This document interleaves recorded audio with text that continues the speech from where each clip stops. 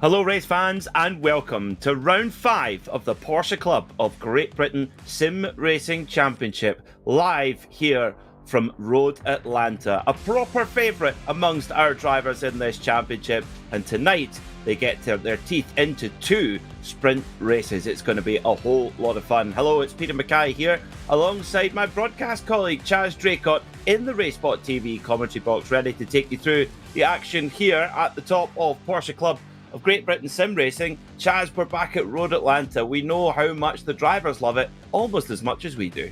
Absolutely, Peter. This is a real staple on the calendar, this circuit. We've been so excited to come here for this round, but it's a big challenging track as well. You know, usually the circuits that are more difficult are the ones that drivers don't prefer to see on a calendar, and they think, oh, thank God we're not going back there. But this is a challenge that drivers relish. They live in it. They want to push the car to the limits, and a car like the RSR around here, it's just an absolute dreamboat, isn't it? It's just a perfect testing ground for it. Absolutely. It's a circuit where the cars had a lot of success in the outdoor world and indeed in the virtual world as well. And the combination of this high downforce RSR, the GT-LM spec machine, it's going to be a whole lot of fun for our drivers as well. And Road Atlanta tends to race very, very well. Coming down into that chicane there at turn 10A, 10B, should see some drama. Absolutely, yeah. They've got to follow so closely up the hill and down the hill in the S's in the first part of the lap and try and set themselves up for later. So you're going to see the drivers that push the limits a little bit too early and maybe try and make moves down there, split up some of the battle packs. And then, of course, you're going to have the drivers that know when to deploy the attack or when to sort of show patience. You can see on paper it doesn't look that bad, does it really? It just looks like there's maybe a hairpin at one end and a chicane at the other. But it's just a circuit that tells so many tales in different places when you see the track itself and you drive it for yourself. Yeah, it's a beautiful, beautiful circuit. First raced in 1970 in the Can-Am and has been a part of motor racing folklore ever since. Well, we've reached the halfway point of the season 2 weeks ago at Imola, and we now go into the second half of the season with this race tonight at Road Atlanta. In 2 weeks' time, we stay in the United States of America and head to the high banks of Daytona before a European finish with the incredible Oulton Park for the penultimate round, and then closing off with a Le Mans finale at Le Circuit de la Sarthe. That is one where the RSR is most at home. In the standings, well, it's very intriguing at the moment because several drivers have already taken their drop scores, so no opportunity to miss any more races. Johnny Cullen leads the way in the Pro Series from Austin Greatorex by just 6 points. However, Christian Tsuruta has already taken a drop score 2 weeks ago. James Cummings sits in 4th, with Chris Byram rounding out the top 5. Stuart Clark is in 6th, with Carl Sharkey, Oliver Carradine, Byron Crawford and Rob Sharp rounding out your top 10. In the AM standings, well, it continues to be Steve Kershaw at the top of the shop, who leads by just 8 points from Fausto Pinto. Danny Jones is slowly creeping his way up into the contention for the title in 3rd, as is Ryan Penny, who's having a dream season here in Season 6 of the Porsche Club of Great Britain Sim Racing Championship. Andrew Shepard is 5th, followed by Amrik Sashdev, Ralph Meyer, Gilles Gardner, Peter O'Connor and Kim Such rounds out the top 10. So the drivers are out in practice at the moment, getting themselves ready for what will be a crucial qualifying session. 16 minutes left in the practice. At the moment it's Christian Tsuruta who leads the way on a 1:15.162. Just under a tenth of a second behind though is Johnny Cullen, and then you have to go a whole half a second further back to get to James Cummings in 3rd. So Tsuruta and Cullen, they've come out swinging tonight, Chaz. Yeah, they absolutely have. They've really set the tone so far, doing an amazing job.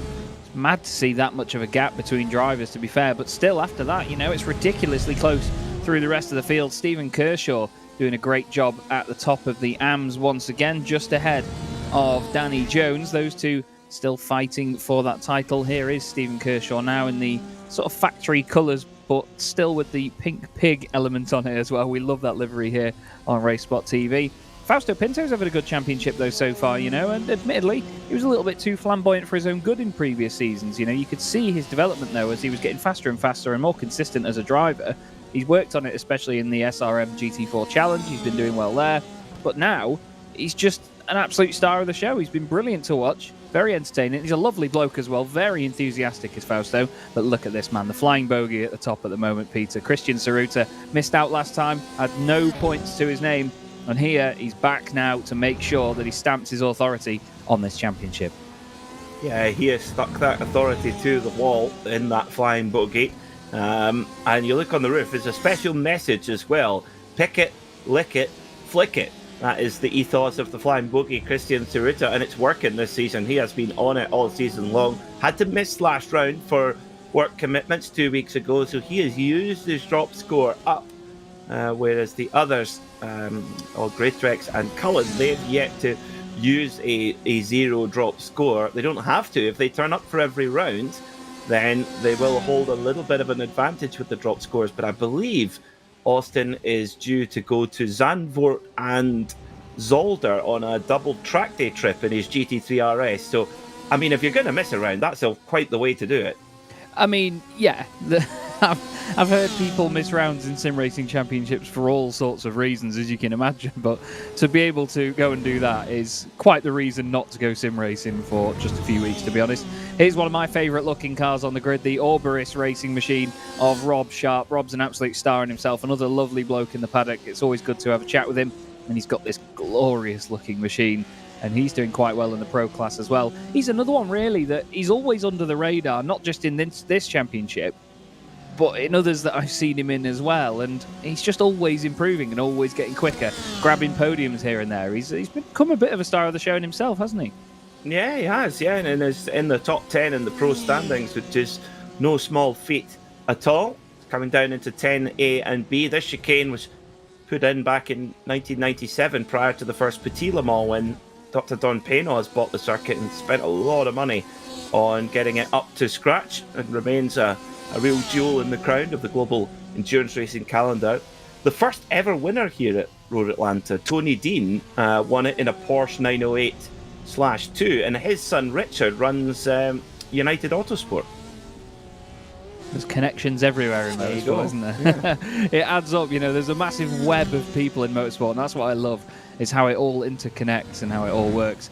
We've still got quite a bit of time left here in practice, though, 12 minutes 45 seconds, and then we should be good for qualifying. Now, lone qualifying is very important in this championship, isn't it, Peter? Because there are some drivers and teams here that, they could try and work together, work with their friends, work with their teammates to try and get slipstream, but when they're on their own, with no slipstream, no one else around them on track, it's just them and the solid pressure of putting a time on the board. And it means that there's no way that anyone can help their teammates just get a slight advantage if they've not got the pace down the back straight or out of a certain corner, for example. It's a real trying time for the drivers, isn't it, when you're all alone on track? Yeah, trying to put together those qualifying laps in a tow is a lot harder than it sounds. It's not just a case of just sitting, you think, I'll just sit behind somebody and they'll tow me along. It's really not the case. It's a very difficult thing to pull off and to coordinate. We are seeing the very top teams at the top level of virtual motorsport pulling those tactics off quite successfully, but not all of them managing to do it. So that gives you an idea just how difficult it actually is. So yeah, it can be helpful. Some drivers do prefer just to get on with it. When we go to tracks like Daytona in 2 weeks' time, and Le Mans at the end of the season, that is when we're going to see a very different picture. Yeah, we absolutely are. It's very tough for the drivers to adapt from circuit to circuit. Some of them have these strong points and weak points. Looks like a bit of a weak point in Heinz Meyer's car there. The 222 had a bit of a bend in the left rear of the rear wing for some reason. I think he's had a ding somewhere. Here's Fausto Pinto.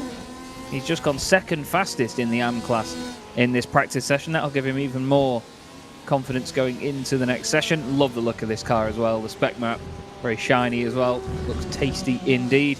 But again, Fausto's shown that he's one of these drivers that can adapt to these really quick machines. There's a lot of cars that these drivers go from, one to the other very quickly. That's the beauty of sim racing, is that you can drive so many different cars with all of these different characteristics. But the ones that shine through in all of them I don't know how the best way to explain it is. Some can be the jack of all trades but master of none, can't they? And then you do get drivers that, they may not shine as much in certain cars, but put them in one specific machine and they'll do a lot better things with it, won't they?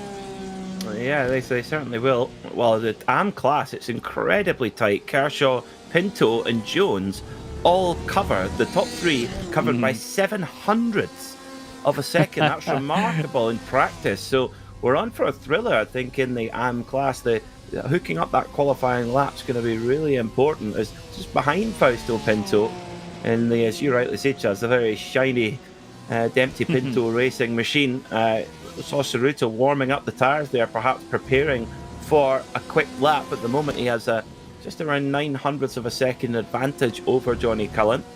So he's maybe going to pop in a quick vanity lap, as I like to call them in practice, but absolutely meaningless. But it is good. Sometimes it can be a big statement to your opponents to say, yeah, just try and follow that one.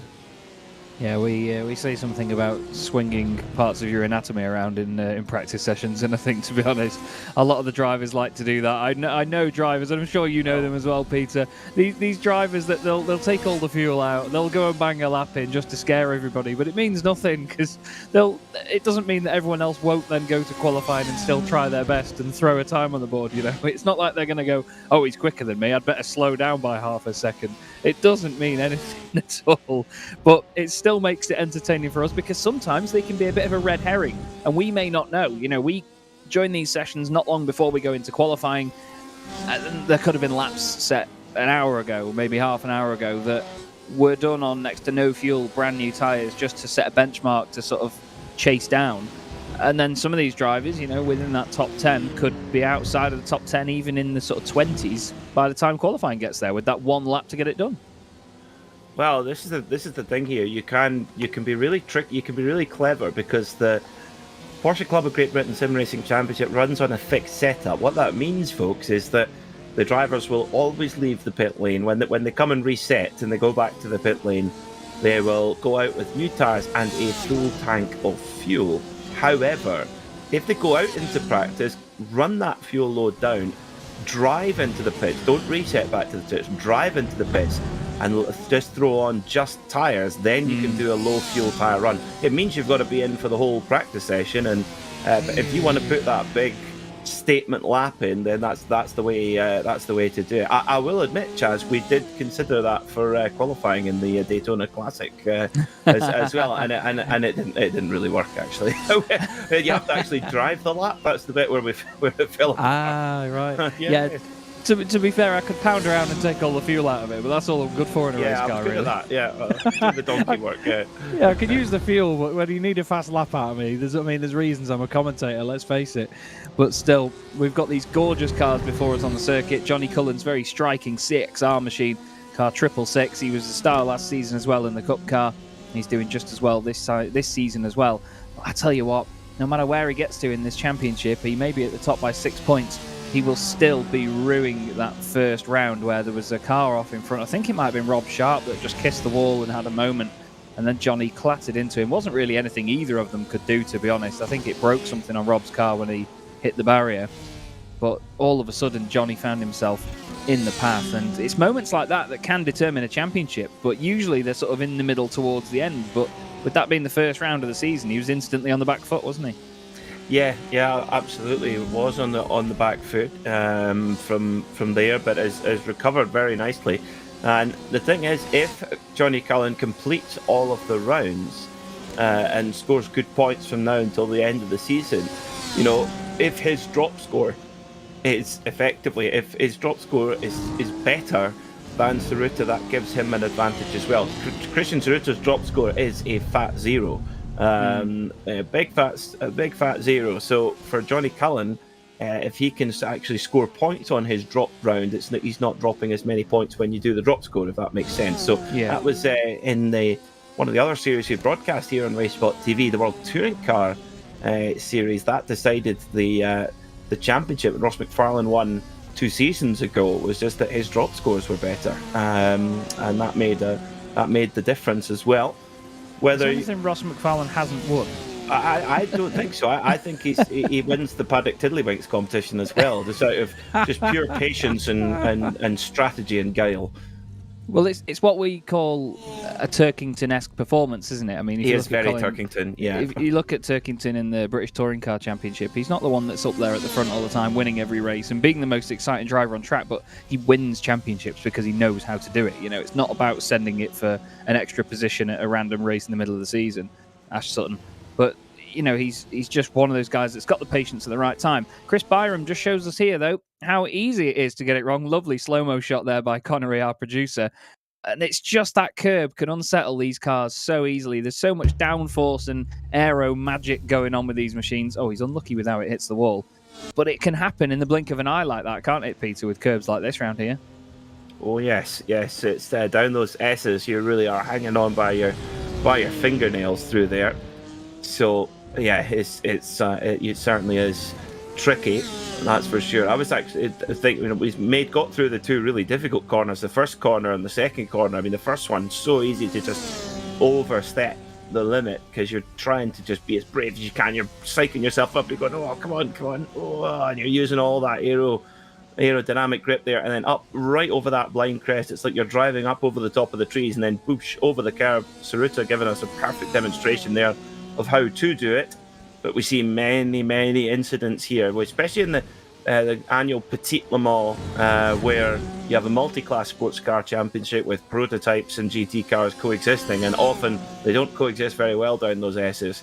And you see when prototypes can get impatient, sometimes it can end up in tears. Here we do have all the same car, but if you've got drivers who've had problems earlier on, they might be running close to the back of the lead lap, and when it comes to lapping, that could potentially cause problems down there. But one thing we have here is a great community in the Porsche Club of Great Britain Sim Racing Championship, and the respect is very high. So usually when the blue flags come out, the drivers take it upon themselves to step across.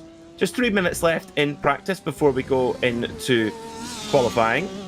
And from my recollection, Chaz, I know we were talking about draft and all of our points were excellent, but I think it's alone qualifying, isn't it? Yes, no, that's what I mean, is that yes. in qualifying now, you don't get the chance to use your teammate's slipstream or work together to get that. You know, it's down to pure pace from each driver, and all the pressure mounts up on you because you've got no reference points for what other cars are doing and nothing really visually to look at other than your own brake markers. So I think that's why these lone qualifying sessions, they may not be the prettiest things to watch. You know, we don't get all the cars out on track at once, and sometimes if you do flick from one car to the other at a right point, you know, it'll just look like you've teleported instantly, and yeah, it can be a little bit unsavory on the eyes, but still, I do think that lone qualifying is the right way to go for championships, and having one car at a time really shows off the pace of each driver individually. And you know, I like a sort of cutthroat format of a championship, and I think that's the way it should be. And oh, there's a treat for the eyes. I do like the Thug Life sunglasses as well on the Scuderia chicken. Yeah, very good. Scuderia Chicken House, Andrew Shepherd, definitely a fan favourite in the green and gold. Looks fantastic there as well with the flying chicken on the side. There was the Zero car at Rally Faff at the weekend was completely head to toe sponsored in KFC. So I was thinking, there's the Scuderia Chicken House have branched into Rally. I love that. It's a great looking machine though. You know, even aside from the fact it's quite a funny livery, it's a really good livery as well. You know, the gold on the spec map is gorgeous. The sort of dark matte green on it as well. Like, it's almost like a British racing green. It's a striking looking race car, and every angle of it just looks beautiful. But it still looks like what we'd call a realistic livery. You know, you could expect to see a livery like that on a race car in the real world, and that's where the sort of line needs to often be drawn with sim racing liveries, because some of them, don't get me wrong, are gorgeous, but you would never see anybody go to the effort of wrapping one so sort of elaborately in the real world, would you? Well, unless you've got the very unique luxury of not having to please any sponsors. Well, yeah, true. Funny enough, we have seen that in the World Endurance Championship, and in particularly in IMSA, the brand new AO racing team who came to Daytona with the fantastic throwback livery of the swap shop Porsche 935 that won Daytona 40 years ago. They did a kind of replica of that, and it looked fantastic. For their full season, they released their livery during the week, and it is to say it is striking is an understatement. It is bright green, and it's got like the front grille is designed to look like a kind of dinosaur with all the associated teeth around it, and the car is called Rexy. So these are all things that you couldn't really do it in the world of in the corporate world, where you, like you say, like good example, Falcon Tire. That is very much the corporate colours of Falcon Tire on the car on screen right now. So yeah, that's it's quite good when you don't have to find a sponsor. Yeah, absolutely. And they did make the front end of that thing look absolutely monstrous indeed. It does look very, I don't know. The front end it's got a proper snow plow of a front end, hasn't it, though? The 992 version of the car. It's got a really long snout on it, which isn't normally what the Porsche would have. It's a bit of a... It's one that's got to grow on me, I think, is the way I'm going to put it nicely. But still, an epic-looking car, and it's going to go well anyway, don't you? There's no doubt at all that it's going to go well. The back end of it, however, is just stunning. It is remarkable. I love the back end of the 992 car. I remember when I first saw one, I think it was at Misano. Actually, no, it was Imola. Imola, I first saw one in the flesh. And it was, I just had to have a moment, I had to go and lean on a building and just sort of calm down, because it's just such a good-looking car. And so is this as well. Oh, yeah, absolutely chew me knuckles, yeah. Still got the bite marks now. Here's a car with a few marks on it, though, and a mark in it as well. Mark Elvin in the Dirty Mankini machine. An absolute meme of an automobile, but we love it. It's still got the brown skids all over it and all sorts. But Mark's been pushing on. He's one of these drivers, again, that's really working on developing and getting quicker and more consistent. He's always putting the time in and trying to sort of share his exploits of, his laps and whatever he's been doing with the guys in the Discord. It's a great community behind this championship, isn't it, Peter? So many great guys that want to just help one another get quicker and quicker all the time. Absolutely, that's what it's all about. And we've seen that's been the ethos of the championship from day one, really. In the off week, so we race every 2 weeks here in the Porsche Club of Great Britain Sim Racing Championship, and in the off weeks, the drivers get together and have a fun race, which is also always referred to in inverted commas, the fun race, organised fun. But no, it is, and it's the teams will get together and race on the track that is coming up. So there's a little bit of a chance for a warm-up, which I think in this type of racing, Chaz, on the iRacing platform, in a league where you know who you're going to be racing against, a warm-up race, which there's no pressure, but it's a good way to get a feel for how those around you race, and I think it really helps for the event proper to run much more smoothly if you have that practice race. It benefits everybody, I think. Yeah, absolutely. It gives everyone the chance to practice in a race scenario rather than just doing hot laps all week on your own. You've got to know how to attack certain corners if you've got a car down the inside of you, or if you are down the inside of someone else. You need to learn where the limits of the compromise are, how much extra space you have to give, how much you'd have to back out in terms of pace before the car doesn't run too wide and runs the other car out of room. It's a great thing to have, and there's a few sim racing teams I've been a part of over the years where my only use, really, other than being terribly slow, has been to jump in a session, get 9 or 10 of us together. Only two of the guys might be doing a special event on the weekend or something. Just to get 9 of us together and just throw cars at each other. Just make moves, put your nose down the inside, just so they get used to where people might make a move. Because everybody's mind is different in a championship like this. No two people are the same. Some people might see an opportunity in certain corners, and others might think, no, I'm going to lose too much time if I go for a move there. You never know what they're going to do. So you have to throw these scenarios at one another and get used to it. And I think it has been a real gem of just a way to practice, basically. It's been a fantastic format, and it's great to see a championship using the initiative to take those measures.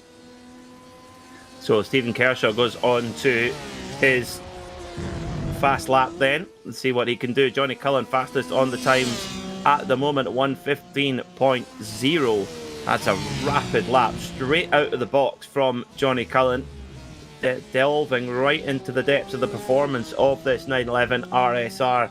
And that onboard footage there from Stephen Kershaw, you can really visibly see the amount of aerodynamic grip that this car has. It's so much more than you'll get in a GT3 car even. The braking performance as well, again aided by the aerodynamics. And that's where the lap time comes from. The power isn't overly different, to be honest. The power is pretty similar. sort of circa 500 horsepower, depending on the balance of performance. It's the aerodynamics really where these cars make the big difference. But get this, here's a stat for you. So the 911 RSR, this car, in its Le Mans trim, still has a decent amount of downforce. It's as optimized for as low drag as possible, but still has a pretty good amount of downforce. The new GT3 RS road car has as much downforce as that. Oh my word! Yes. I saw. Obviously, I've been looking at pictures of the GT3 RS because it's just, well, why wouldn't you?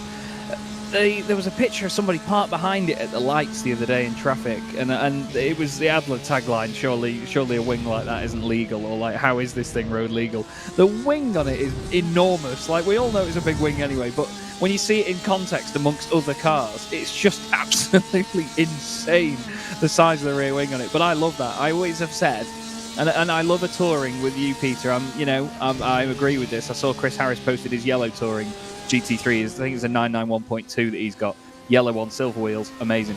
But I love a Porsche with a rear wing because I think for me it balances out the shape and finishes it off. I don't know what it is. I love aero, so I think just seeing a humongous wing as a road car on a GT3 like that's bigger than any that we've seen before. Yeah, it really it gets my senses tingling, to say the least. Yeah, it's an amazing machine, and Francois Delacour has just taken delivery of one. So there's a thought of good lord. Yes, exactly. The former World Rally Championship driver and certified nutcase, Francois Delacour. God knows what he's got. You can be sure it won't just be for poodling back and forth to the shops. I'm sure he's got grand plans of what he's going to do with that car. Just a few minutes left in qualifying. Johnny Cullen leads the way by, goodness, over a second at the moment.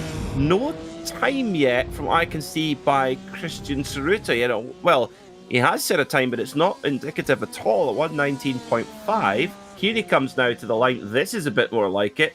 115.6 there for Tsuruta. So 0.6 of a second off from Cullen's pace. So what were you saying, Chaz, about a little bit of red herring lap times? Well, it appears that Cullen has kept his he's kept his herring in the back of his pocket and then just slapped Tsuruta across the face with it in qualifying. It absolutely has, yeah. There was definitely a message sent there by Johnny Cullen. And that's the thing, Tsuruta might have had a lot of laps to do that sort of pace earlier on that he did, but, well, Cullen's gone and mastered it in one lap here. There's a time going on the board for James Cummings, but he's down in 15th place. That's not where we're used to seeing James. He's 4th in the championship at the moment as well. Finished high up in the last round of the season, and he will not be chuffed with that at the moment. However, I think he's gone on to a quick lap now, actually, yes. The drivers do 3 laps over the course of this session. He's now on his 3rd lap, so this will be the one where he pushes. There's only him and Ralph Meyer left out on the circuit at the moment. Ralph has just completed his 3rd lap as well, so James Cummings will be the last one to do it. And he's now coming into the right-hander. Very difficult indeed, because if you clip the curb there, it's so easy to bounce out wide. Same again here. Just got to be so careful that you don't snatch a break. It's easy for, actually, as you go over the crest there, isn't it, Peter, to just snatch a break as you turn in and over-rotate the car. We're definitely going to see people spin off on the outside there tonight.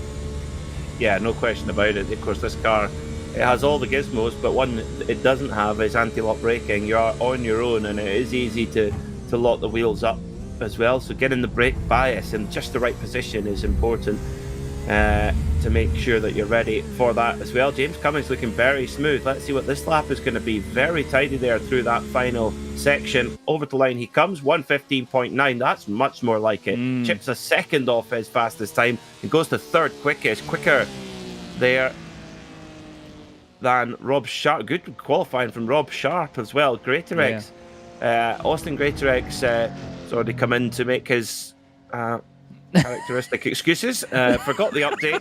Not one lap before qualifying of this combo. Well, Austin famously doesn't practice anyway, so that's the same thing there then.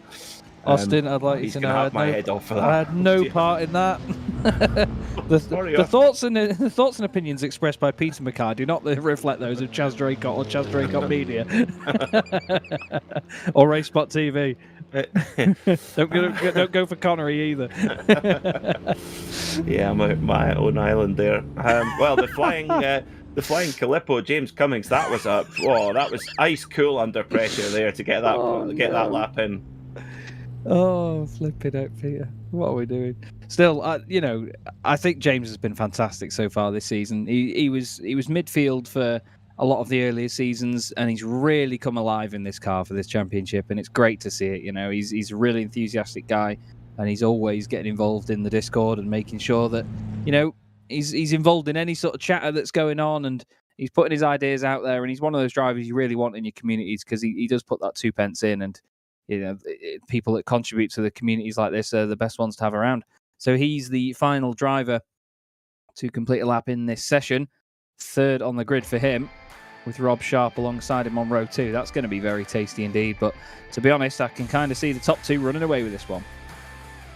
Well, it's going to be Johnny Cullen who starts on pole position. An incredible lap, 1:15.0, 0.6 of a second quicker than Christian Tsuruta. Row 2, James Cummings after that great late qualifying lap, and a superb performance from Rob Sharp to start 4th. Austin Greatorex will roll up from 5th alongside Tom Slater. Starting 7th will be Chris Byram alongside Byron Crawford. Then it's Mark Johnson and Danny Jones on pole in the AM class. However, right behind is Stephen Kershaw and Peter O'Connor wanting to knock Jones off his perch. Stuart Clark will start from 13th alongside Oliver Carradine. Then it's Paul Goffin and Heinz Meyer. Ryan Penny and Fausto Pinto round out the 9th row of the grid. Then it's Ralph Meyer and Andrew Shepherd in the Scuderia Chicken House car. Drew Fletcher starts from 21st, with Mark Elfin in the Dirty Mankini in 22nd. Then it's Kim Such and Andrew Soper. So 24 cars on the grid for tonight's races, and we go into a 15-minute sprint to begin with. Then for our feature race, we have a 20-car reverse grid, which almost the entire field getting reversed for that second race as well. So if it doesn't go well in race number 1, you still have that opportunity to bounce back, Chaz. Yeah, that's the thing. It's not going to throw too many drivers right through to the rear end. There's not going to be many drivers that aren't reversed, I should say. So I think it's going to be quite exciting for a lot of them that do get put to the front to have a decent advantage for some strong points. But we're about to get underway, though, for the first race of the night. Here we go then. Johnny Cullen on pole position, a standing start. They wind round the final corner, and we are off and racing. Cullen makes a superb getaway as they head towards turn 1, with Christian Tsuruta slotting right in behind him, as well as Austin Greatorex trying to make a move there on Rob Sharp, which he does get done and moves up into 4th position in the Falcon Tire car. But into the very tricky turn 3 they go for the first time, making their way through very nicely. That's so difficult on absolutely stone cold Michelin tyres. Down the S's they go for the first time. An absolute helter-skelter. That's a beautiful shot, though, isn't it? The car's making their way down that very steep hill through the left-hander. Tsuruta having a go then at Johnny Cullen for the lead. He's got to get this done early if he's going to make a move. He needs to put the pressure on and hopefully keep the guys behind as well in this fight, because if he has to take him on one-on-one, they're going to be very far away, and he's not going to have any backup to do this. He's seen what the pace is like after qualifying. Johnny Cullen moving all the way over to the right-hand side now to try and break the slipstream. Rob Sharp all over the back of Austin Greatorex. He's looking to get that position back off the start. And down to the chicane we go for the first time. Hard on the brakes. Tsuruta's just trying to keep Cullen under pressure there, but not able to line up the move in the slipstream. There's a little bit of dust kicking up there as they go across the curbs at turn 10A and B. But there was contact there, Peter. Sorry, Byram having contact with Rob Sharp. He was trying to go down the inside into the chicane. Wasn't enough room. He bounced off the side of him, and look, it's torn a big hole in the field there. Tom Slater's now just behind this with Byron Crawford in there as well. A few of them all sort of shuffling around for position. Yeah, good spot there, Chaz. And Rob Sharp, he's making full advantage of the melee going on behind him. Let's get another look at it. So Chris Byram in the psychedelic coloured Chris Akabusi tracksuit machine. Up the inside, big move there as well at side-to-side contact, and Rob Sharp actually escapes from that melee with a little bit of damage, not too much, and manages to get through as well. So Chris Byram's got it all to do again with, as you said, Chaz, that leading bunch. Johnny Cullen and Christian Tsuruta trying to make a breakaway here as well. I wonder, it's off. Goes Tom Slater in the Jameson whiskey machine. Get that whiskey throttle back going again. and onto the start, back onto the back straight there. So see what happened to Tom Slater. That's at turn 6 through turn 5 he goes. Turn 6, in fact, was at turn 7. So turn 6, down in the little dip there as well, trying to carry as much speed forward, and then on the brakes, easy to lock up here as well.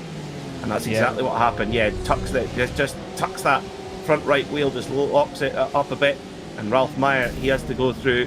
And he gets nerfed from behind there. So who was that? It was the 26 machine of Drew Fletcher. Big incident behind them. I think that was that Mark it was Mark Elvin going in the wall, wasn't it? Massive shunt. I think he just bounced off the side of another car. He was trying to squeeze through with the incident slowing them down. Let's have another look. Loads of smoke. It's all kicking off ahead. He goes through. Past one. Just a simple loss of control by Andrew Soper. He just touches the grass a slight bit. It unsettles the car. And unfortunately, Elvin bounces off and gets the short straw there. Well, the dirty Mankini might have left skids down the wall there. So marshals will have to get the scrubbing brushes out. That was another thing. Nobody's fault, just an unfortunate racing incident there as well. Rob Sharp hasn't been able to get away from Byram. In fact, quite the opposite. Byram is really reeling him back in again, as with Danny Jones trying to hold off Byron Crawford. Now, this isn't for class position, this is for overall position. The second car in the AM class is Stephen Kershaw, car 247, in the factory colours with the pink pig stripe. A really original idea, that. I like that a lot.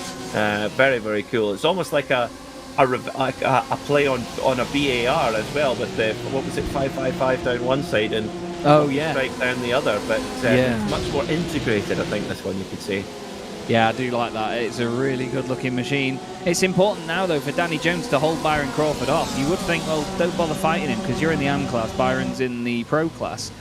But it's probably better for him to keep a car between himself and Stephen Kershaw than be directly fighting Stephen Kershaw for the AM lead. You could say that he's more than a cork in the bottle here, to be honest.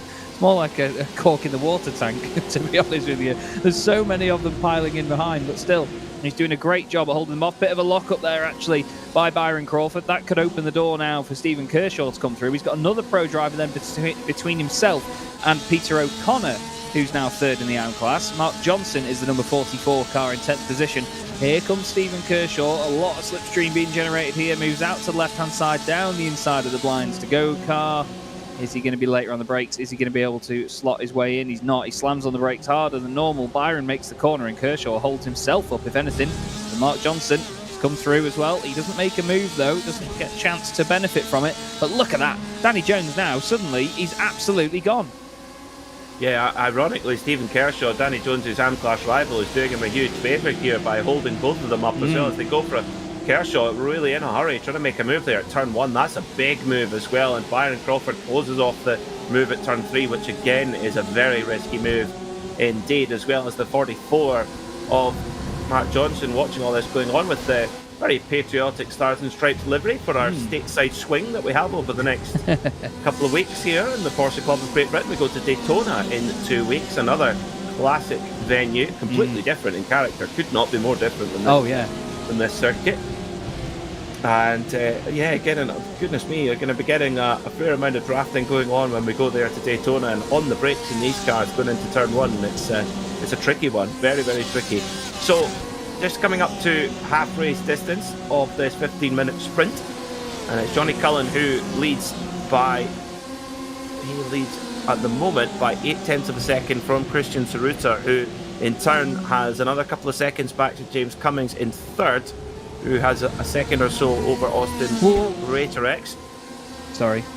I got excited. Well, I got excited and scared there as Stephen Kershaw put a wheel on the grass out of the chicane and slid the rear end slightly. It was just a quick moment of opposite lock, and he managed to keep it together. So he's continuing on, but it's moments like that can make or break your race. Yeah, you bet it can. Yeah, I was just going to say as well, Gabriel Creamer in the chat has noticed the Thomason Irish Whiskey branding on the side of Tom Slater's car. Obviously, you mentioned before it was a Jameson car, but let's not forget he's changed his livery for this season to actually show as Thomason, as James Cummings is in the pits. Now, it does say that he's had an incident and come to a stop. Is he going to do what we saw Byram do in practice? No, he's This is coming down the S's, not Well, turn 5. He's slowed down a lot. It doesn't show. Yeah, I was Oh. going to say it doesn't show that he's had a spin or anything, but Some sort of technical failure. Ortiz done. Yeah. Oh well, James Cumming is going, unfortunately. Oh, maybe he's heard maybe the freezer's malfunction and he's going to rescue all his Calippos. He's like, no, my Calippos. Oh, there's been a big shunt. Peter O'Connor, Byron Crawford involved down at the chicane. There's 3 cars off. There's another car off the road in the background up there. Who is that? Is that Andrew Shepard? Byron Crawford and Stuart Clark is the car we're looking at there. But then, well, we'll find out now. Thank you to Connery, our wonderful producer. Well, jumping back, I think something's going to kick off in front here, and then Stuart Clark's going to become an innocent bystander. Like that. Oh, he gets drilled into it by... Was that Carwadine behind him? Stuart sees the incident. Oh, and then he gets reversed into by the other 11 tenths car. And it was Peter O'Connor that was off in the background. Goodness me, that's very... Yeah. Let's have another look, shall we? I think maybe contact in front, then Peter O'Connor got nerfed, and then Stuart Clark got headbutted into it by Carwadine, so it's a big chain reaction, wasn't it? Yeah, seems so. Yeah, O'Connor, he arrives on the scene. Yes, it was a contact in front between, Kershaw.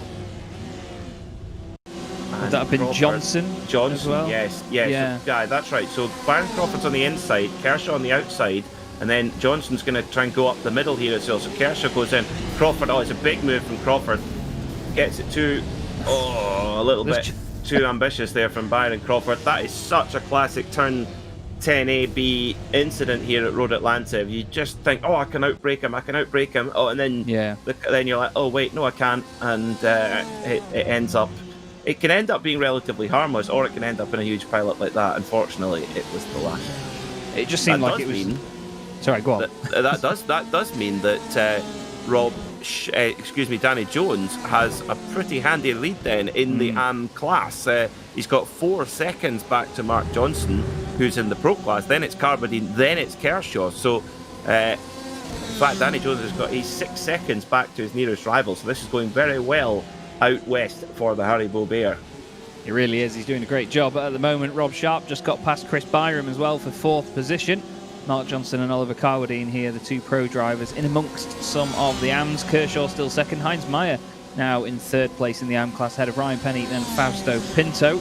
Kim Such in there as well in 15th place, and Andrew Shepard a little bit further behind. Chris Byram and Rob Sharp have come to blows, I can tell you. They've gone off the road and had an issue.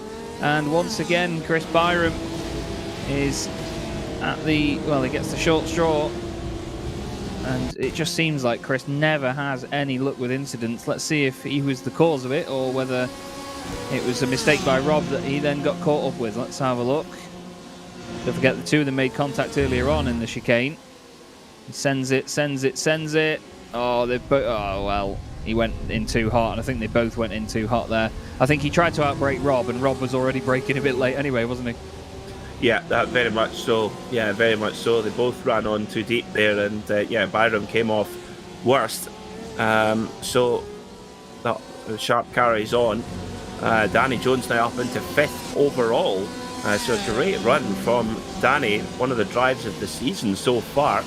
Really enjoying his time here at Road Atlanta. As you see, Paul Goffin holding on to the last spot in the overall top 10, with Heinz Meyer right in behind him there in the Oris Digital car.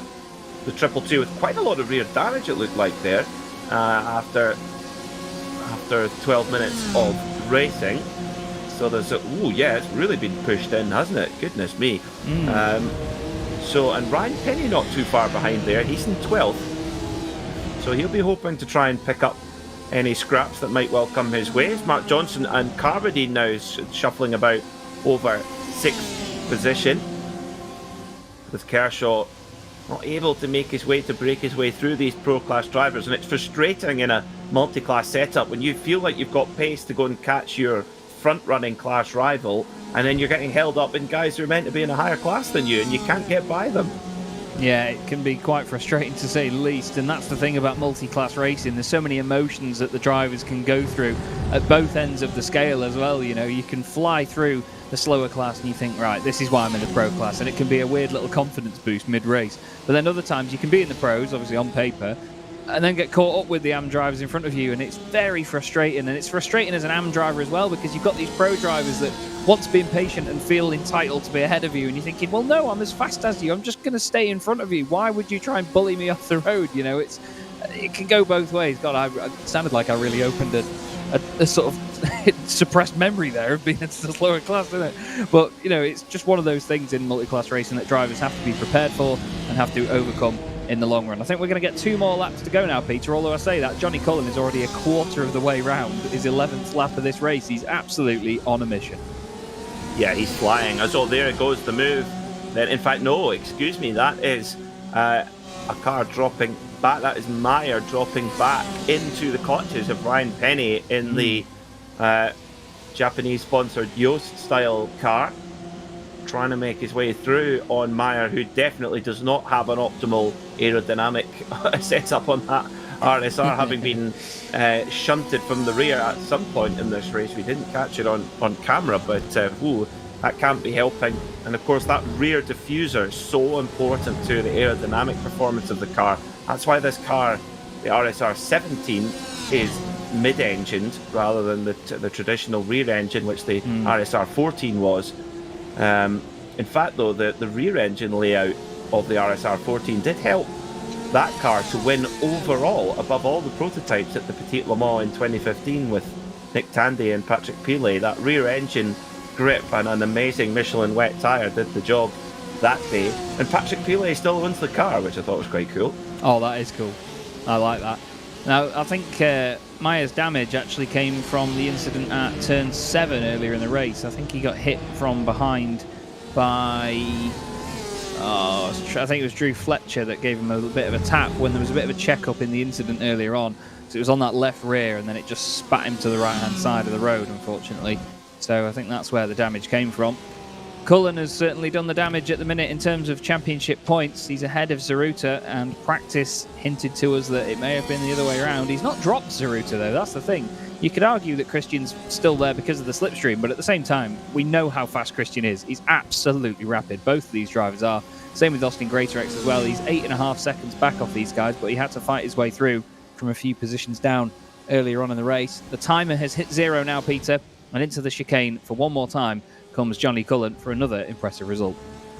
Yeah, it's been a superb drive. All started off with that fantastic qualifying result, and Johnny Cullen wins race 1 here at Road Atlanta then in the Porsche Club of Great Britain's Sim Racing Championship. Zaruta in his wheel tracks, but not able to get close enough to make a move. Austin Greatorex completes the podium in 3rd, steady as always, and Rob Sharp survives a fair bit of controversy to come home in 4th, but drive of the day so far for me is Danny Jones. The Haribo Bear comes home in 5th overall on top of the AM class, and Ryan Penny does get the move done on Heinz Meyer. So Ryan Penny's impressive season continues, and that gets him onto the AM class podium as well. Beautiful stuff by Danny Jones. P5 overall, car 5, P5. Great drive from him. Kim Such holds off Chris Byron for 14th overall in that race. Kim, another driver that's continuing to improve. But Danny Jones doing a great job. Stephen Kershaw, more important points for the AM Championship. Ryan Penny as well, great drive from him. Fausto Pinto is going to finish 5th in his class as we look at the number 26 car of Drew Fletcher. He's now just coming into the final chicane once more. Just behind him there is Stuart Clark, of course, a victim of the incident that happened earlier on. Ralph Meyer is just in front. Drew's going to flash his headlights across the line. He might be one of those drivers that likes to have the broadcast playing while he's driving as well, so he knows when he's being watched. But there is your race winner, Peter. Johnny Cullen, another absolutely star performance, and, well, it just makes it look easy, doesn't he, at the front of the field? He's done just an amazing job. Amazing job. Yeah, that was absolutely perfect. No other word for it from Johnny Cullen, and it all started with that demon lap in qualifying to really set his stall out early. He wins by just under a second from Christian Zaruta and extends the championship advantage. Austin Greatorex as well, solid as always in 3rd place. Fourth was Rob Sharp, who finished 3 seconds ahead of our AM class winner, Danny Jones, who gets himself an overall top 5. Superb from the Haribo Bear. Mark Johnson was 6th, with Stephen Kershaw 2nd in the AM class. Did well to get involved in that fight with the pro drivers. Couldn't quite break by them, but a good result nonetheless. Then it was Oliver Carradine, Tom Slater and Paul Goffin. 11th was Ryan Penny, who gets the last spot on the AM class podium. Then Heinz Meyer, Fausto Pinto, Kim Such and Chris Byram round out the top 15. Byram will have a good grid spot for race 2. Watch out for that number 78 car. Andrew Shepherd was 16th for Scuderia Chickenhouse, with Andrew Stoper in 17th, Pete O'Connor in 18th, Ralph Meyer in 19th, and Drew Fletcher rounds out the top 20 and, crucially, gets the reverse grid pole position. Then it was Stuart Clark, Mark Elvin, Byron Crawford and James Cummings finishing at the back of the pack. So, 3 minutes or so of warm-up to go, and we go into our feature race. Few drivers, Chaz, who didn't have such good days at the office there. James Cummings, we don't really know what the story was there, but he missed the reverse grid. So if he does start race 2, he's going to start right at the back. Yeah, I'm intrigued to see whether he will start, actually, because sometimes if you do have a technical issue or if something happens outside the rig, of course, if anything has happened, we hope he's all right, because that's one of the things, unfortunately, that you'll never be able to always call with sim racing, is that you can be racing in the evening, and, real life always comes first. We always say that. There's no issue with that anywhere in the world. And sometimes people just have to suddenly pull over like that, jump out of the rig and crack on. But still, I think he's I'm hoping really that he's going to be there in the race, because we get to see one of the front runners coming through from the back of the field, and I think that's going to be very exciting, let alone the fact that he's only going to be a few places behind the guys that won and finished on the podium in that first race as well. So they're all going to be coming from the back there. But you were absolutely right, though, about the... I'm going to have to pull up my timing again, I'm sorry, because it was... who was it that fell down? Oh, all the timing's changed on my screen now. There was a driver that finished further down than we expected, actually, and would be starting near the front of the grid there. It was Chris Byram, yes, I apologise. But, yeah, I think Chris is going to be an exciting one to watch as well, because he's definitely got the pace to be right up there from the get-go. Yeah, I think so. I think he could be a real pick for the win. We've seen race 2 drivers who have it's not gone their way in race 1, but they do have great pace. They get a good grid spot and they can get moving as well.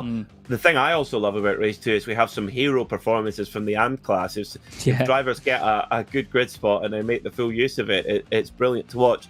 I mean, for James Cummings, you're right, with having the guys that finished on the podium for race 1 just ahead of him, that could really help to actually almost forge a path and kind of just follow their wake a little bit as they go through, clearing a path all the way through. That could work out their way as well. But got to talk about Danny Jones. Danny Jones has been here since the absolute beginning in the GT4 race at Lime Rock Park. He's been there since the very start as well, and hasn't quite had it all his way in previous seasons, but this season he really is putting together quite the championship charge.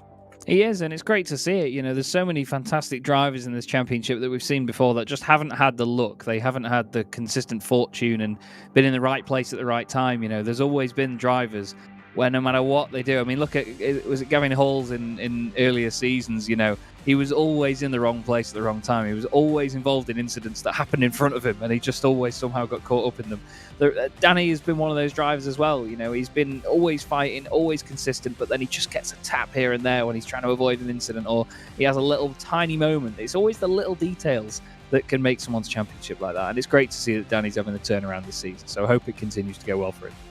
Yeah, it's definitely going the right way, that's for sure. He pulled some points out of Stephen Kershaw in that last race as well, who himself was getting involved, getting his elbows out with these pro-class drivers. Well, we're not long from the start of the second race of the day here at Road Atlanta. A huge thank you to our sponsors of the Porsche Club of Great Britain. Most of all, Porsche Centre Chester for their support of the championship. You'll see their logo on the front of every car in the field. And a huge thank you for their support. If you're in the market for a new or used Porsche, get yourself down to Porsche Centre Chester. Ask for Carl. Do not say that Peter or Chaz sent you, because that will not work in your favour. So just get down there and ask for Carl, and he will be sure to look after you as well. And of course, Midas Simulation as well. Fantastic supplier of sim racing equipment. If you're looking to upgrade your rig, get in touch with Midas Simulation. Great service and great products. Drew Fletcher and Ralph Meyer start on the front row of the grid, with Peter O'Connor and Andrew Soper on row 2. Then it's Andrew Shepherd and Chris Byram.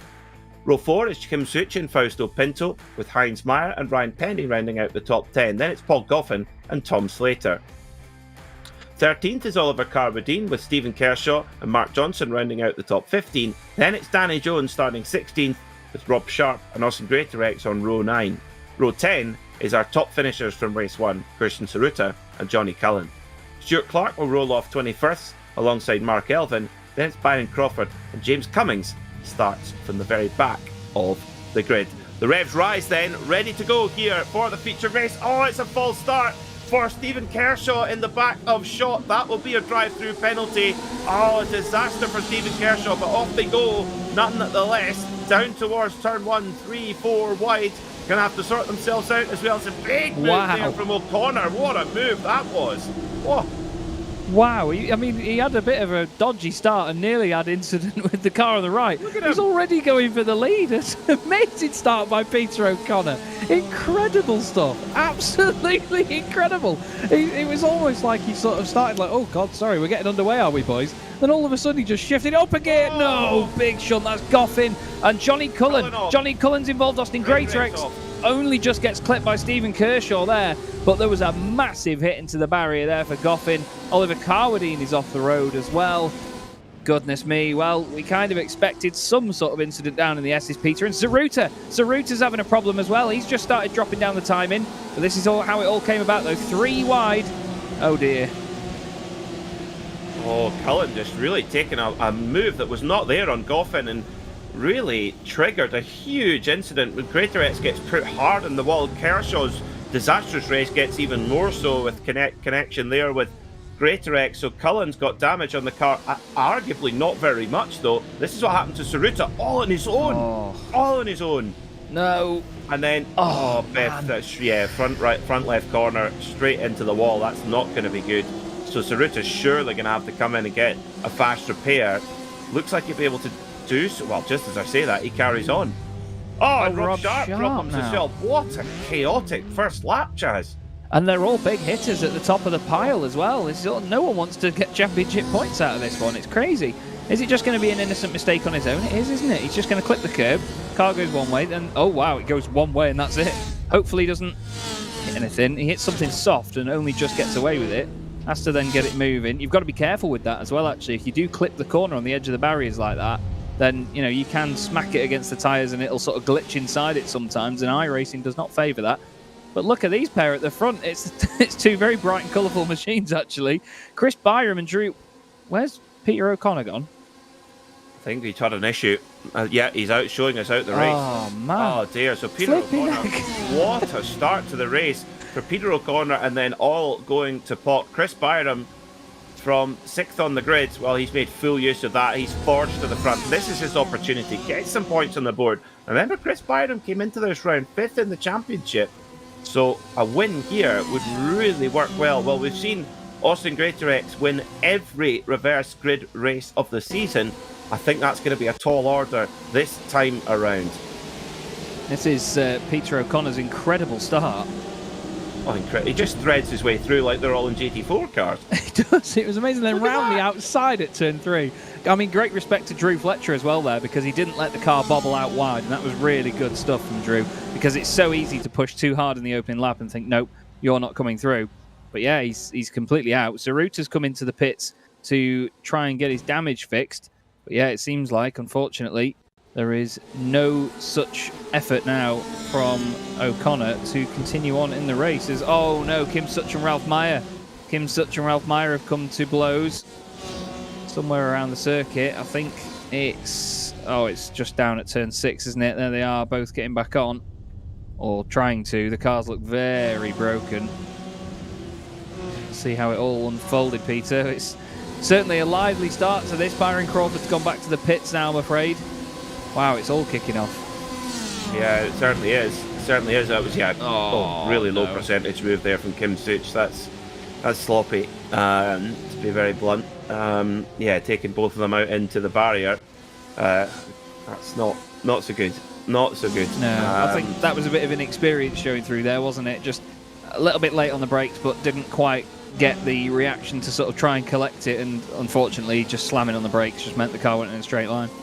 Yeah, very unfortunate. Tom Slater's made a good start to the race. He's up into third in the Thomason's whiskey. In fact, they should get him. There's actually a Scottish whiskey called Tomatin. So I think maybe we need to get him a Tomatin livery as well. I have a contact there actually, the good pal Scott. So the big up Tomatin whiskey. Yep. I was going to say it's part of the whiskey trade, Peter. Of course, you've got a contact there. Come on. Yeah. So 2.8 seconds the gap at the front. Chris Byram taking full advantage of that reverse grid position, cutting his way through the pack, and the level of attrition has been remarkably high. Road Atlanta is known for being such a fierce challenge to drive, as Fausto Pinto makes a great move there on Andrew Shepard. That was pure as you like. That's how you get a turn 10A and B move done. No contact, nice and pure, and through he goes. So Pinto now into fourth overall, second in the AM class. Here comes Penny. He is just driving with confidence. He has just come to this season, this RSR, and he's been one of the drivers, I think, that's really warmed to the car and has really boosted the performance along with it. Yeah, he's been doing fantastic as Ryan Penny. A great revelation this season. You'll love to see it as well. And he's another one that's been here since the very get-go. You know, he's a real star, is Ryan, really enthusiastic about it. And again, he's one of those drivers that just contributes to the overall product. There's a little bit of a moment there by Andrew Soper, running ninth at the moment. He's got fellow orange car enthusiast James Cummings behind him. He's got Stuart Clark in there as well. These two have had some battles in their time in Porsche Club of Great Britain. Kim Such is unfortunately off the road again, I can see on my timing screen. But these two glued together, and then all of a sudden not. They've got Danny Jones behind them, waiting in the wings, trying to get in the slipstream. Looks like quite big damage on the back of James Cummings' car there, but he's going to try and get one over on Andrew Soper. Tom Slater gets ahead of Drew Fletcher for second place now, so that's Pros first and second, but then AMS third, fourth, fifth, sixth, and seventh, and that's what we love to see, isn't it? We do get a lot of that, Peter, in these second races. Like you said before, you get some real hero performances by these AM drivers, and they will stay up there till the end if they play the cards right. Yeah, they will. Fausto Pinto is making the moves as well. He's up to fourth, and he's quicker by, goodness me, 2 laps ago he was 0.3 of a second quicker than Drew Fletcher. This time he was 1.8 seconds quicker. So Fausto Pinto is reeling in Drew Fletcher at this stage here. So Drew Fletcher's got to look in his mirrors and keep an eye out for that very shiny, the very shiny Dempsey Pinto racing machine. Ryan Penny in the overall top 5 as well. What a drive's that been, as Andrew Shepard trying to make a move on Heinz Meyer. And Cummings actually, remember, he started 24th on the grid, so to be up in 10th already, that high attrition rate has really worked in his favour. Yeah, it has, absolutely. James Cummings is working the race to his advantage. He's got Stuart Clark right behind him. And then in terms of the AMs, Carwardeen's 13th, Rob Sharp is 15th. Then you've got Johnny Cullen in 17th. Then it's Greater-X 18th. Obviously, you've got Peter O'Connor out of the race in the AM class as well. Stephen Kershaw is the last car running at the minute. So some of the big hitters in both classes losing out here. Is Stuart Clark down the inside of Cummings, nearly contact there. Cummings now tries to have a go at Andrew Soper, looks down the inside. Oh, Andrew's gone too wide. Oh, he's lost it, and Cummings gets clipped and he slams on, and all of them go in together. Oh, it was clumsy by Soper. He ran wide over the crest. He was trying to do good things. He was doing it for the better of everyone, really, just trying to give space to Cummings down the inside. He didn't want to fight him too hard, but he clipped the grass, and then that was his undoing, unfortunately. And then he slammed on the brakes, and all that did, I think, was compound it even more, and more cars got clipped. Let's have a look. Oh, yeah, just gets out on the grass. And now, did Jones get away with it? Oh, I don't know if he did. I don't know. He got a hit, didn't he? Yeah. It'd be interesting to see if that steering is straight on Danny Jones's car. Let's see. Let's listen. Oh, it was close there with Cummings and Clark as well, wasn't it?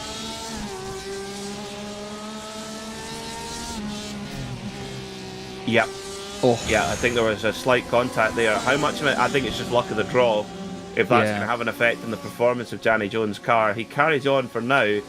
Visibly, it doesn't look too bad, but you just never know. Just that little steering damage, it can be really off-putting.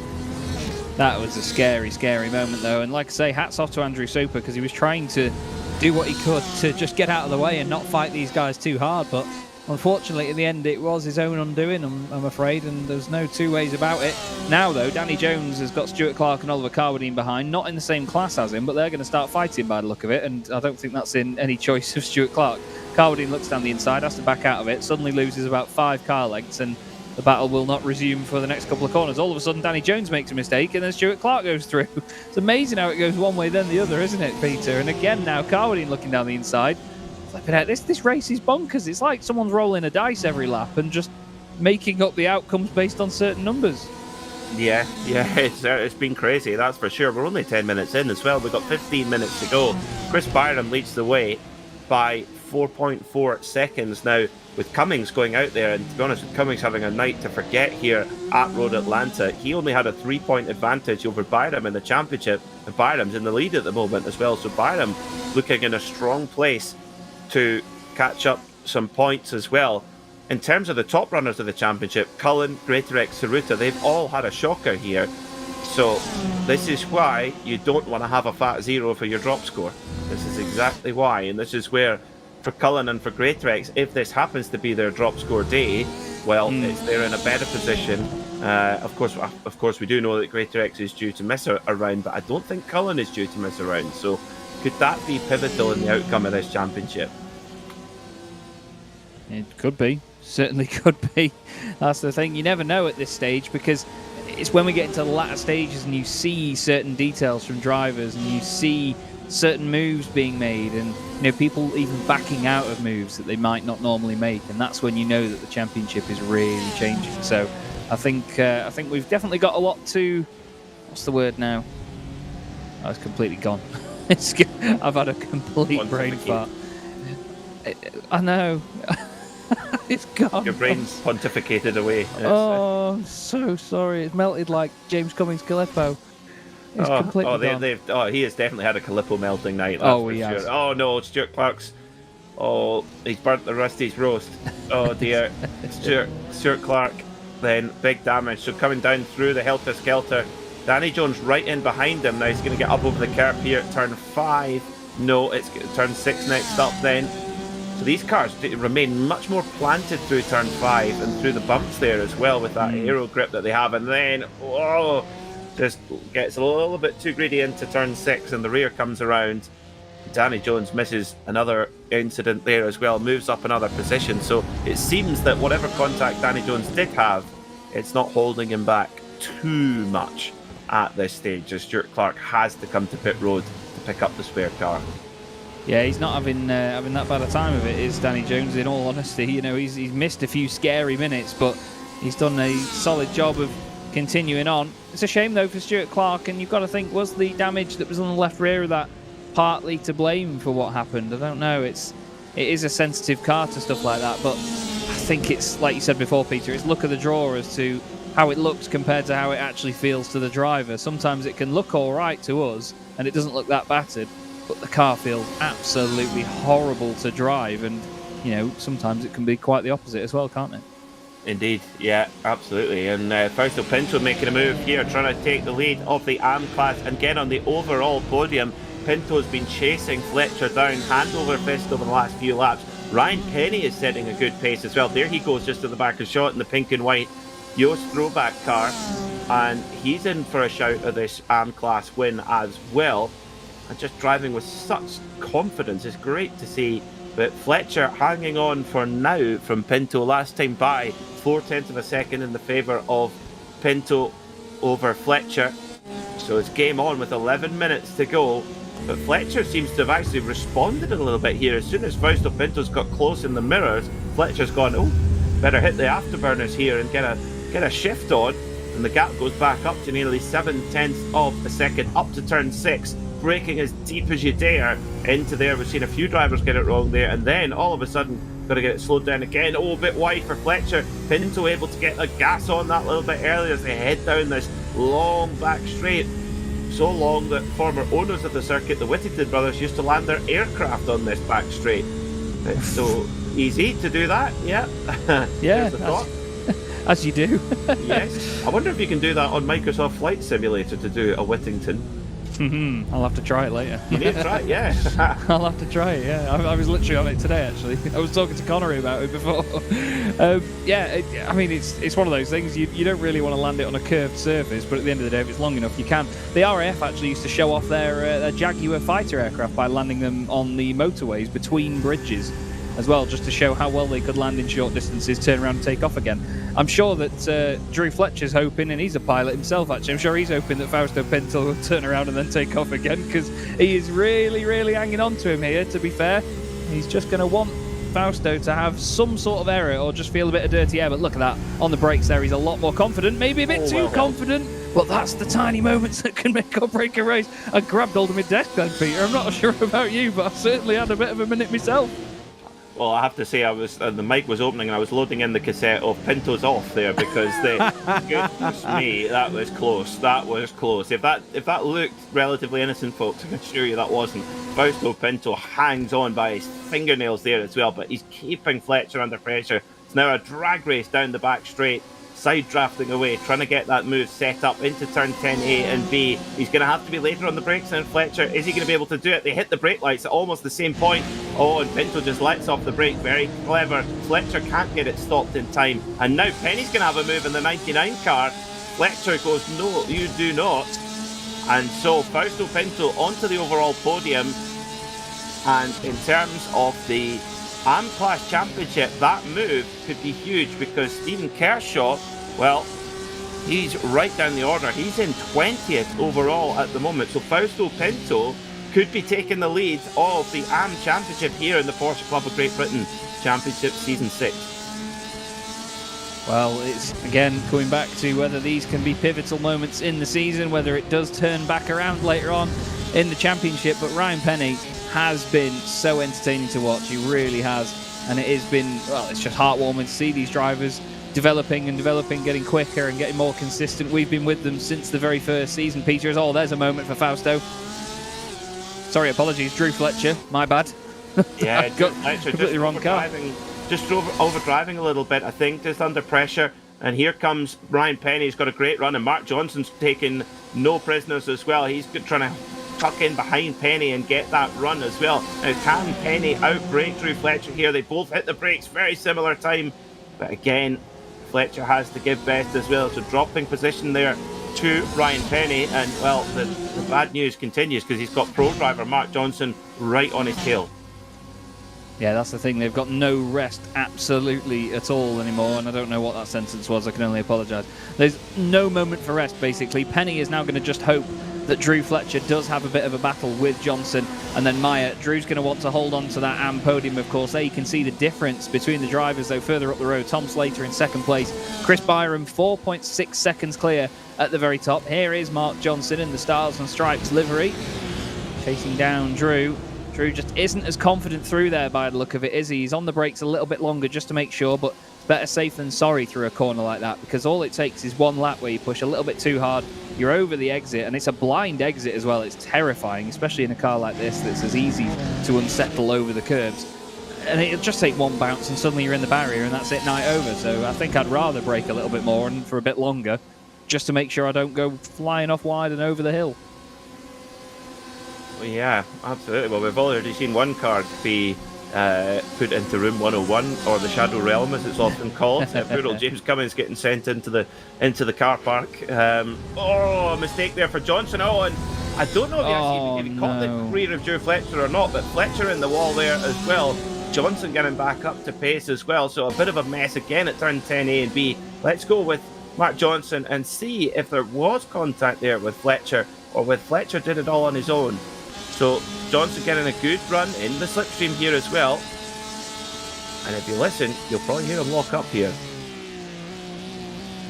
Listen for the revs dropping. If was ever so slight contact if it was.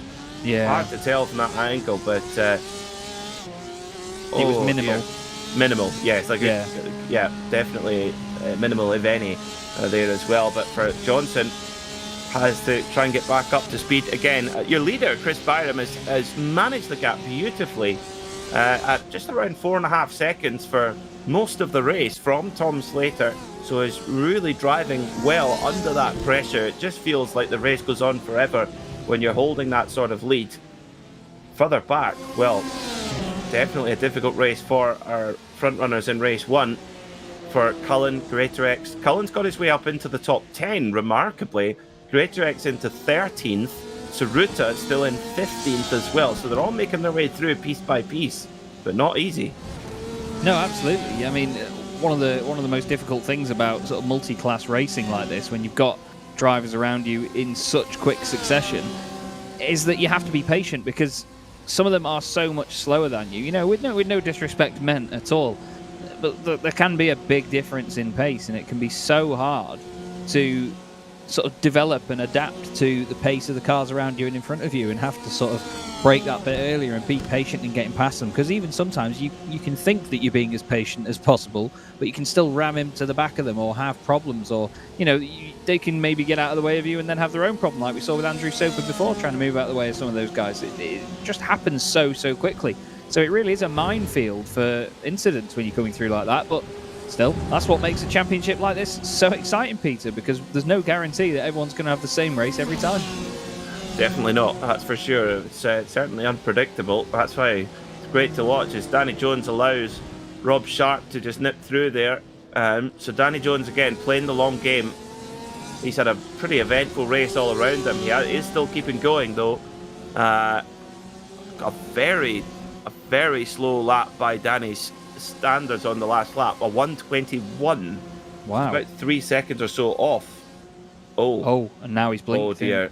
I think he's got some sort of technical issue, maybe with internet or what have you. But yeah, Danny Jones dropping back, so maybe just in pure survival mode, willing that car to the finish, bag some points, move on. And I think regardless, Danny Jones had a good day in terms of scoring points for the championship in the AM class.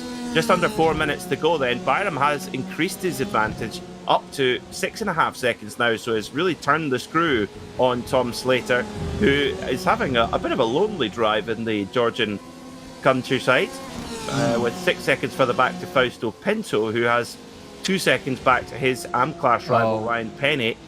I've got bad news on Danny Jones. He's off the road again. Something's not right. Yeah, and to be fair, the blinking in and out, you know, it's not always down to connection issues either. If you have a hardware or a major hardware issue and it's not, you know, it's still not feeding any information to the server, or if you have a screen freeze or whatever, that's what it looks like to me, then obviously we can't see the car and we will not get any communication from it. So it will look like a connection problem, but whether you're having CPU or GPU issues, whatever it may be, if the server's not receiving anything, we're not going to see the car. So I think that's maybe what he's been having there, and I think he might race in VR, Danny, actually. And there's a few drivers that, you know, while VR is amazing and very immersive, it does have its definite drawbacks in terms of technical reliability from what we've seen, doesn't it? As a former user of a laptop for doing iRacing, I can attest to that. It's quite good for I could make toasties beside me while I was driving along, which was quite good. So yeah. I wonder what the story is there with Danny Jones. That's a pity, because it's such a good run in race 1. Just got to try and get that car to the finish, back the points, move on. In the AM class is definitely going to be about just scoring as much as you can at each opportunity. So just under 2 minutes to go then in this round here at Road Atlanta. After this race, we just have a handful left to go. We've got Daytona, Oulton Park and Le Mans to finish off. What a finale that's going to be, with some slipstreaming, etc.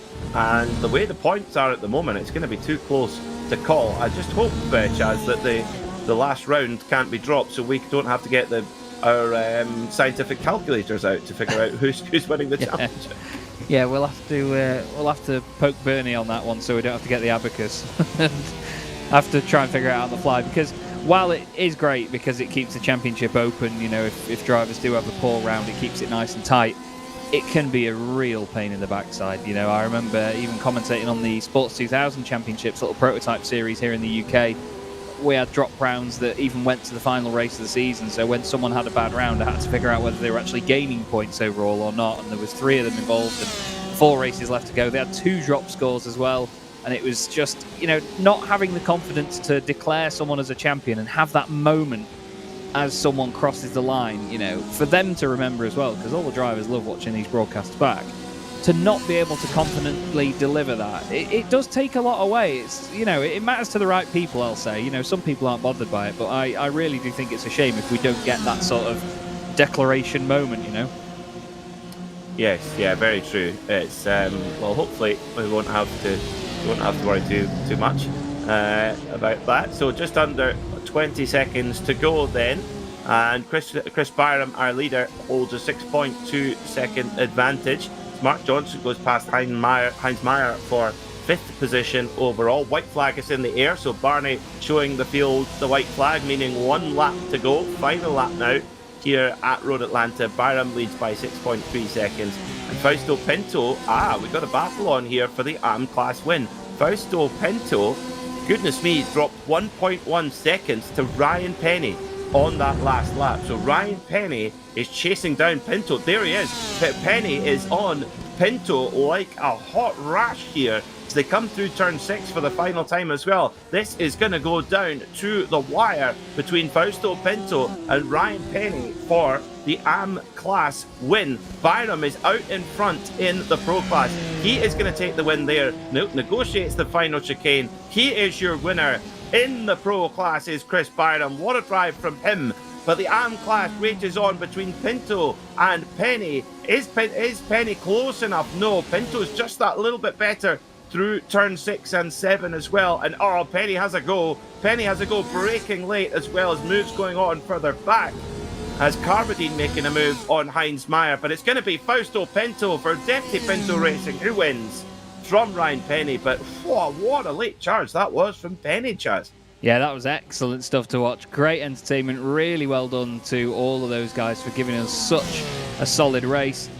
Across the line there, we have yet more drivers finishing the race and just filtering through. But it certainly spread the field out, some of that attrition in the early stages. But yeah, Ryan Penny, well, we've certainly been made aware of his increase in pace and his fantastic driving before tonight. But still, I think that certainly sent a message to a bunch of them there. But a well-deserved win for Fausto Pinto. Let's not take that away from him. Really good job by Fausto. He can be very pleased with that one. Well, I tell you what, that really heats the AM class up as well. I mean, Kershaw, Pinto, Jones, Penny, they're all so close. Andrew Shepherd as well. He came home in 8th overall. There is nothing to separate that group in the AM class as we go with 3 rounds left in this 6th season.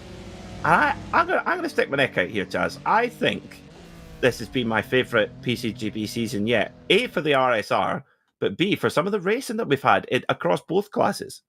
Yeah, no, I agree. I think it's been one of the very best. I still think I liked season 3 where we had the separate championships for Pro and Am. It may have been a much longer evening for us and a bit of a complication, but yeah, the racing that this car has provided is just amazing. Sometimes you would think that it wouldn't provide such racing like this because it's a more downforce focused car and it's so high speed that normally they're not as close to each other.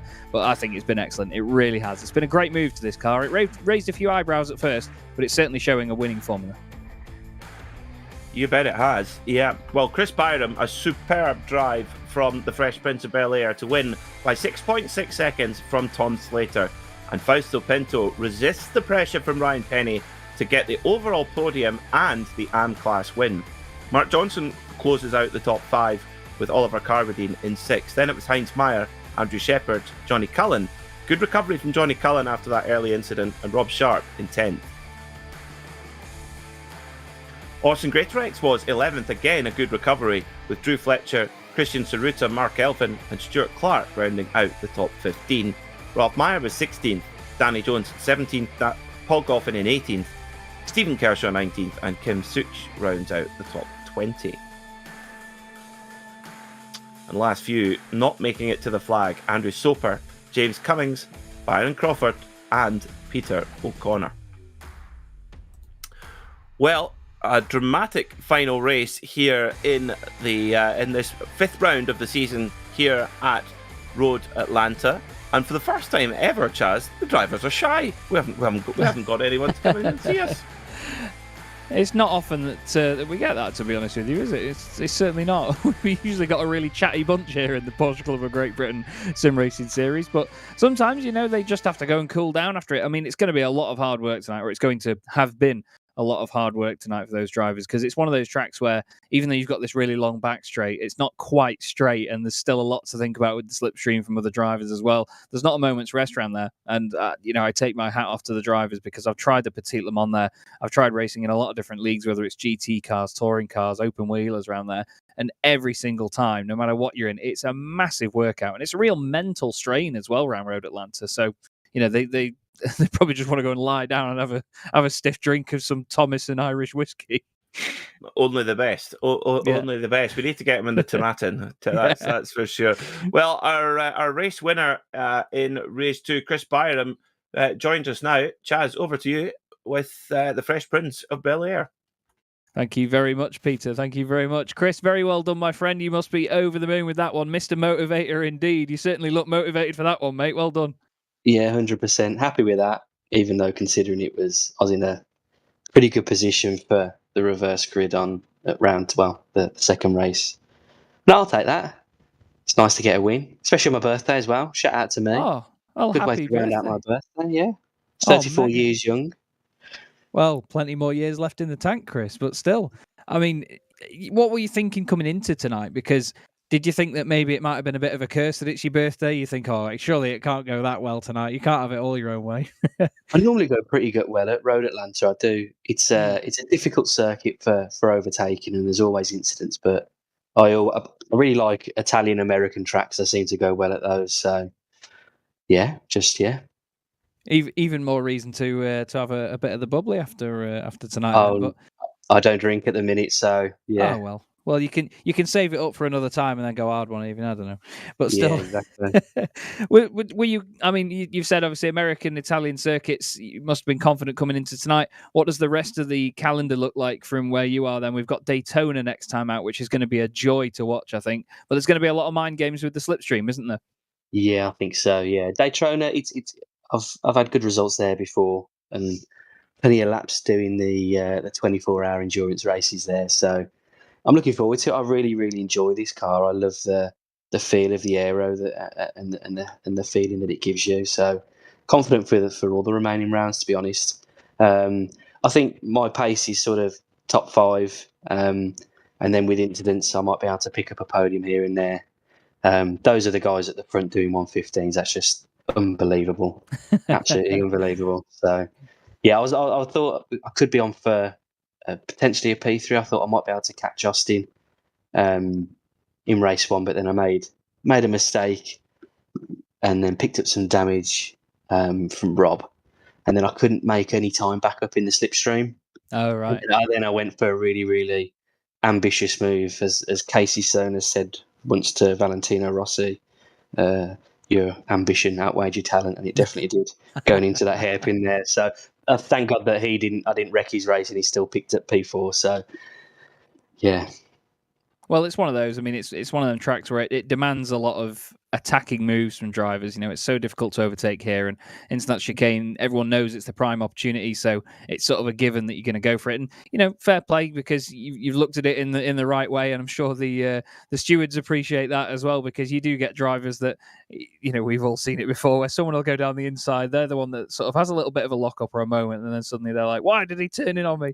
But yeah, it's just good to see that that sportsmanship is there, Chris. And I think you're very deserving of that second race win tonight, because you've been pushing so hard, and you've always, I mean, I said it in the first race actually, that you're always on the sort of the short straw of all of these incidents that happen. You just always seem to get caught out there here and there by incidents, but it's great to see that look finally overturned, mate, I must say.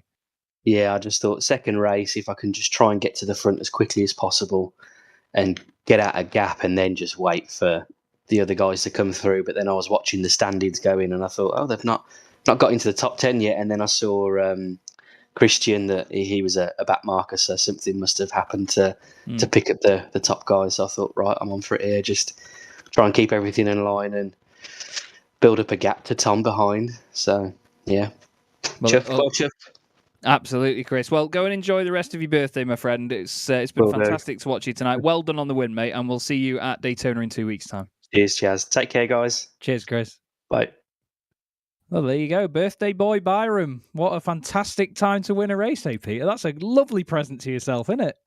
That's a super way to get to do it. Absolutely. Yeah, fantastic for Chris Byram and many happy returns. Well, let's crack on with our winners. Our AM class winner from race 1, Danny Jones, next up in the RaceSpotTV commentary box. And let's get a chat with him and see what he has to say.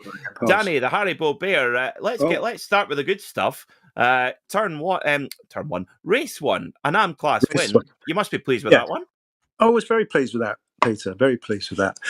Yeah, it was like the the Red Sea opening up in front of me a little bit, but it was good. It was good. I enjoyed that. It's good fun. And then race 2 was a bit of a nightmare because I had some kind of technical issue. Don't know what it was, and so I was braking into the into the chicane there, and my green froze up. So that was it basically, and then. I thought I was going to have to park it, but then it cleared itself again. So luckily, it didn't take anybody else out. Well, that race too. I mean, you certainly had everything thrown at you, technical issues, but also all sorts of calamity going around you. Just how did you manage to piece and pick your way through all of that carnage in race 2? I don't know. I'll have to watch it back and see. I think it's more luck than judgment, Peter. That's for sure. But it was, but it was good fun. But that's a tricky track, isn't it? I remember when we did it in the Cup cars, and it was, harder. I think it's much faster in the RSR, and a lot more downforce, obviously, a lot more grip. But the cars feel a bit bigger, so there's not much room. That's what it feels like. But a good fun track. I feel a bit bigger, so there's not much room. That's what it feels like. But a good fun track, though, for sure. It is. It really is. I mean, we've got a superb battle going on in the AM class between yourself, Steve Kershaw, Fausto Pinto, Ryan Penny in there as well, Andrew Shepherd. Picking a winner in the AM Championship is going to be tough. Are you putting in that little bit extra practice? You putting in can you see that championship as a possibility over the next couple of rounds? Well, I think we can all hope, can't we? We can all hope. But I think the pace is interesting, isn't it? Because it's pretty close, and you can see guys, fast in practice. They're not quite so quick in the quali, and then vice versa. So it's great. It's great fun. It's really competitive, which is it's good. It's good laugh indeed. And racing's pretty good. Obviously, we have a few incidents every now and then, but it's pretty good. Well, you certainly put in some top performance tonight, Danny. Congratulations on the win in race 1 and an overall top 5. And good luck for Daytona in 2 weeks' time. Yeah, looking forward to that one for sure. So that was Danny Jones, our AM class winner in race 1. And finally, we're going to get a chat with Fausto Pinto, who is down with Chaz Draco. Yes, indeed. And Fausto Pinto is our AM class winner in race 2 of the night. Podium overall as well, Fausto, in 3rd position outright. You must be over the moon with that one, my friend. What a great race. Yeah, over the moon and very tired. It was a great race. A little complicated, not the first one, the first race. I felt that I could my pace on that one. But the second one was it was crazy out there. And keeping in front with Ryan Penny. Penny is such a fast driver. He makes so much pressure. Seeing on my rear view mirror all the time, lap after lap after lap. It's so hard. It was great fun. Very very very fun of myself for being first time on the podium, and just great. And you mentioned there that you're tired. I was just talking a moment ago to Peter about the fact that this is such a mentally draining circuit, isn't it? It's not just a physical thing. It's all the thoughts that go through your head in a track like this. You really have to constantly be thinking, don't you? Yes. It's a very very narrow track. It's a very technical track. It's difficult to overtake. I lost a bunch of time behind Andrew, trying to overtake him cleanly. And not make a stupid mistake of hitting him or something like that, jeopardized both of races.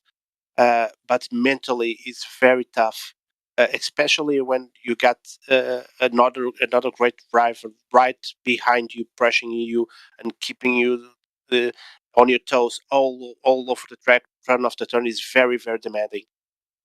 Well, you certainly did a good job of it, Fausto. You kept your nerve and you managed to get a class win tonight. We go to Daytona in 2 weeks' time. Are you looking forward to that one?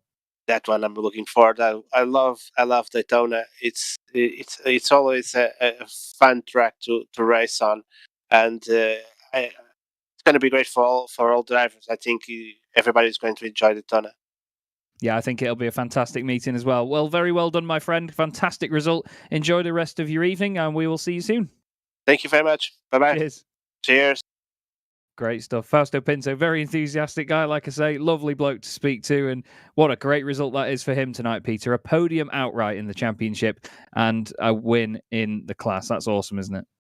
It certainly was. It was a fantastic drive from Fausto Pinto, and these AM class drivers, they're stealing the show week on week at the moment. They really are. They are really putting their case forward, and I'm really excited to see who comes out on top in that championship. Yeah, well, me too. 3 rounds to go here in the Porsche Club of Great Britain Season 6. Both championships hang in the balance. And don't forget to join us here on RaceSpotTV in 2 weeks' time, same time again, where we go to the high banks of Daytona for round 6 of the championship. One not to be missed. It'll be myself, Peter Mackay, and my broadcast colleague, Chaz Draycott, taking you through all the action there. Be sure to join us on RaceSpotTV for that. But from us all here at RaceSpotTV, thanks for watching and good night.